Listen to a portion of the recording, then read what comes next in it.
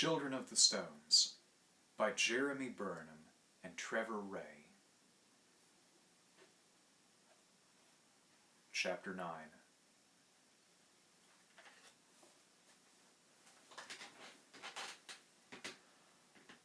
Margaret poured the coffee into the earthenware mug that she had begun to think of as Adam's, and took it across to where he was leaning over the display containing the model of the modern village. 53 stones remaining, 53 lee lines plotted for the circle. He burned his fingers on the hot mug and placed it quickly on the glass of the case. Invisible power cables. She spooned brown sugar into her own coffee. Don't tell me you were coming to believe in it all.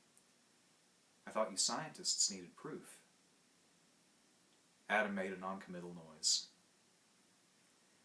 There are more things in heaven and earth than are philosophized about in my dreams.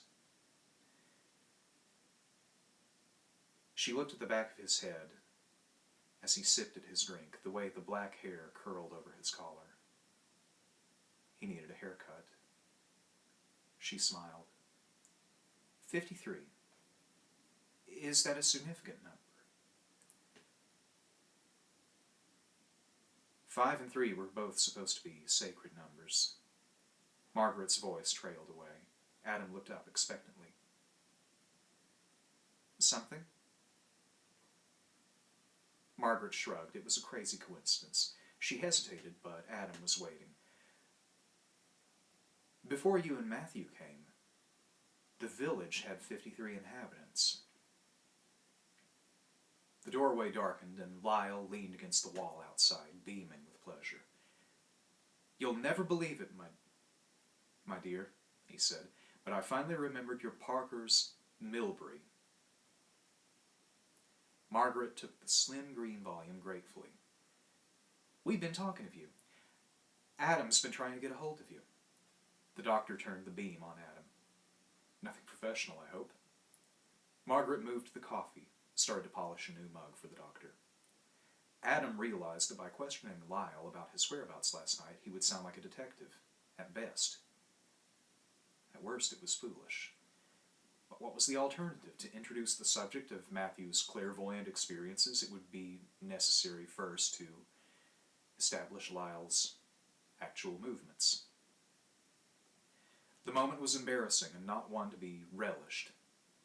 Headway was the only way. Doctor, what happened to you last night? Lyle's good-natured grin faded for a moment. He seemed genuinely puzzled. You know what happened to me. Impasse. Adam hung on. So, you saw your old patient, 30-odd miles away? Lyle frowned. Yes. No problems on the way. This was ridiculous. Adam could feel his color rising under Lyle's amused regard. Your car didn't break down. Any reason why it should? Adam hesitated. Forgive me, it's just that Matthew had this absurd idea. He thought that he could feel what was happening to you, you see. Lyle stopped smiling. This was professional, then. Feel. Adam produced the doctor's gloves.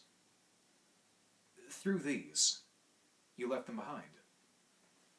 Although delighted to see his gloves again, Lyle still seemed nonplussed.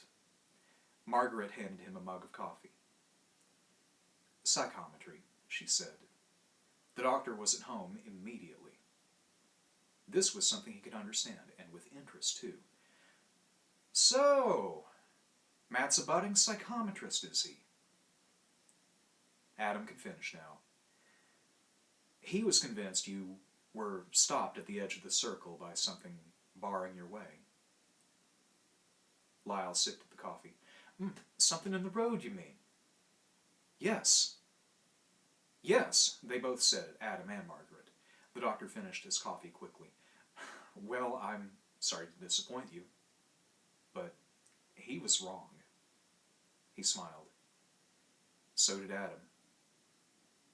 Frankly, I'm relieved. I'm not sure I know how to cope with a psychometric son. Bit awkward having him know that.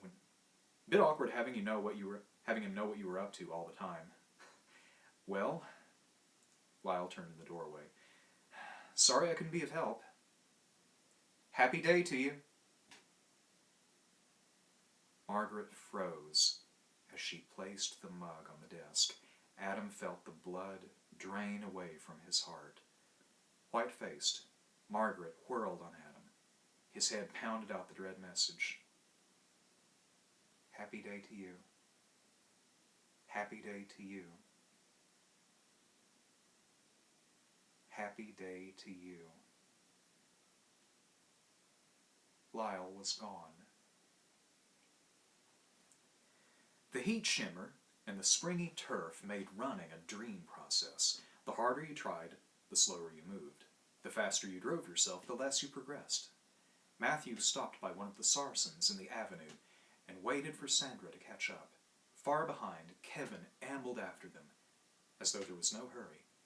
Ahead, Di ran down the center of the avenue like a goat, arms and knees flying, coat flapping, one shoe held in his hand. Matthew screwed up his eyes against the sun glare and set off again, along the avenue. The circle looked far away, as far as when he started from the sanctuary.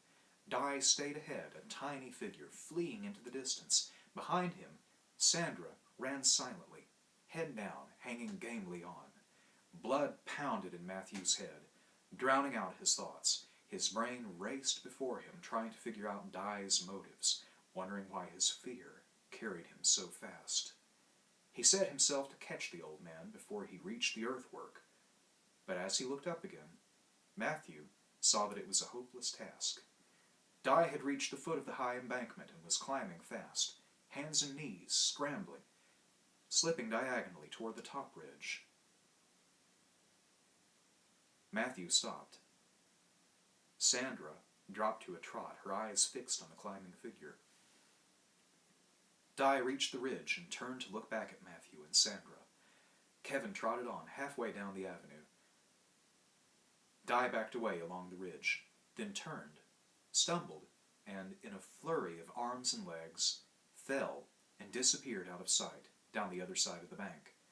Matthew and Sandra ran for the point of the bottom of the earthwork, and started climbing toward the point where Di had fallen. Kevin did not change pace. Gaining the ridge, Matthew stared down into the ditch on the other side of the earthwork. No sign of Di. No fallen figure. No one in sight. "Where's he gone?" gasped Sandra, totally out of breath. Matthew could not answer. Di had completely disappeared. "This is where he fell," said Sandra. "Exactly here." They stared down into the ditch below them. Kevin arrived and joined them.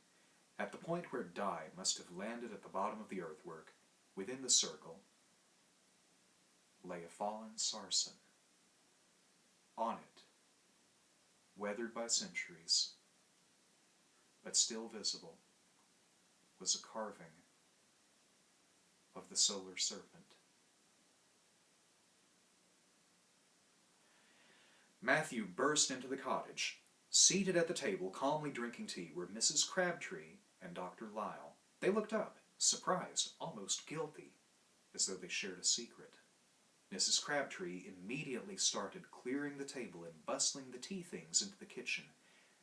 Matthew was puzzled by their reactions. Sandra and Kevin arrived in the doorway behind him. "I'm looking for my father. He's obviously not here." The doctor beamed kindly. "What are you all doing here? Why aren't you in school?" Matthew ignored him and called into the kitchen. "Where's my father, Mrs. C?" Lyle said, "He's at the museum. I've just come from there." Matthew turned to go, but suddenly remembered. Did he tell you about your experiment in telepathy? He did indeed. Matthew was puzzled. The doctor seemed so calm about it all.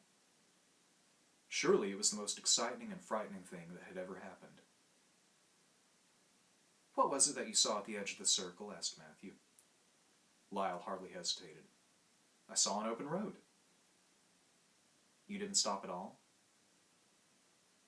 That smile again. I'm afraid not.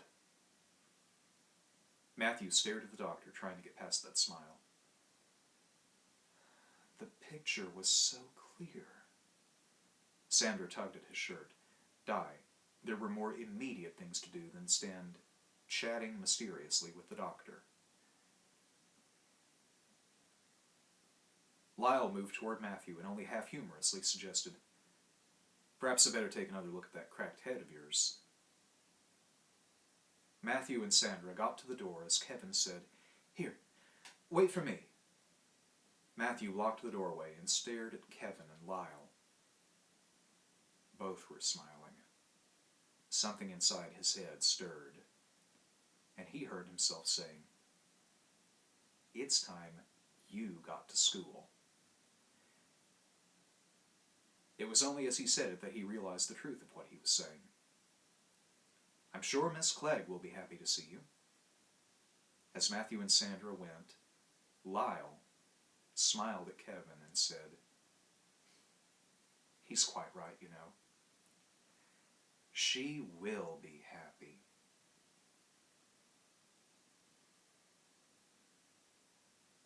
Matthew and Sandra fled down the village street. Think he's been got at, called Sandra. Matthew avoided a parked bike. Di knew it. Good enough for me. But how did Di know? Dunno, puffed Matthew. He'd never run so far since his last cross-country. But why was the doctor at the cottage? Sandra took the corner. Talking to old Crabface? Right? That's something he wouldn't have done yesterday. Sandra forked hard across the road and into the post office. Matthew stopped himself by grabbing a passing telegraph pole. Surprised, he followed her. Mrs. Warner peered through her wire grill as Sandra took a postcard out of the rack and handed it to Matthew. It was a photograph of the font in the church, and the carving of the winged serpent was plainly visible. As Margaret had said, the design was also identical to the one on Di's disc, to the barber surgeon's amulet remains, and the carving on the rock, at the spot where Di fell, the solar serpent. This I want to see, said Matthew. You can't. The church is locked. But why? Sandra shook her hair away from her eyes. Because there's no priest, no vicar. There hasn't been for ages. Matthew examined the postcard carefully, even read the small print on the back. Mom says it's up to Mr. Hendrick. It's one of those old churches where the priest is appointed by the lord of the manor. Sandra waited while Matthew pondered his next move. He went to the counter and showed the card to Mrs. Warner. 6 pence, I think.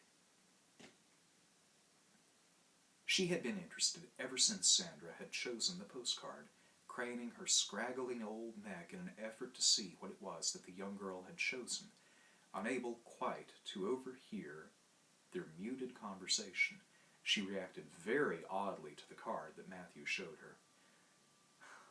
I'm sorry, Matthew. That's not for sale. And her scarlet fingernails flashed out and snatched the card from his surprised hand. Sandra protested. But it was in the rack. It was marked 6p. A wintry smile. My mistake. It's not for sale. And she resolved the situation by melting away through the door behind the grill that led to her private apartment.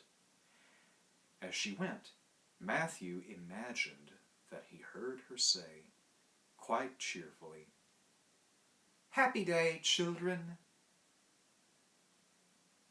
In the museum, Margaret studied a chart of the village which showed the present position of every known sarsen.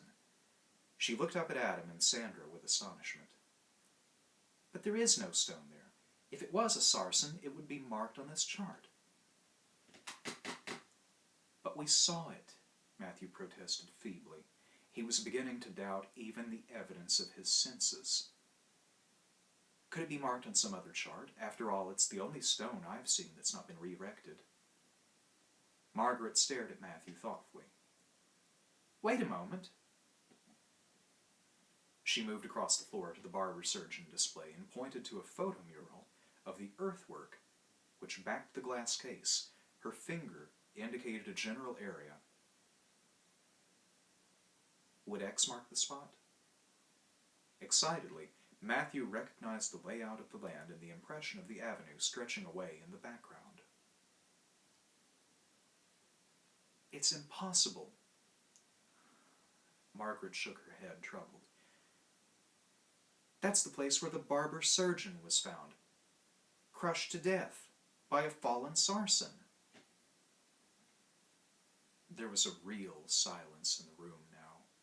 Sandra, white, said, "That must be the one we saw then." But she did not sound as though she believed herself. They all looked at each other. Here, they were leaving the realms of the possible and entering a world that they had not ventured into before. Margaret did not need to say it, but the words tumbled out, despite herself. The rock was removed years ago and re-erected in the circle. There's nothing there now.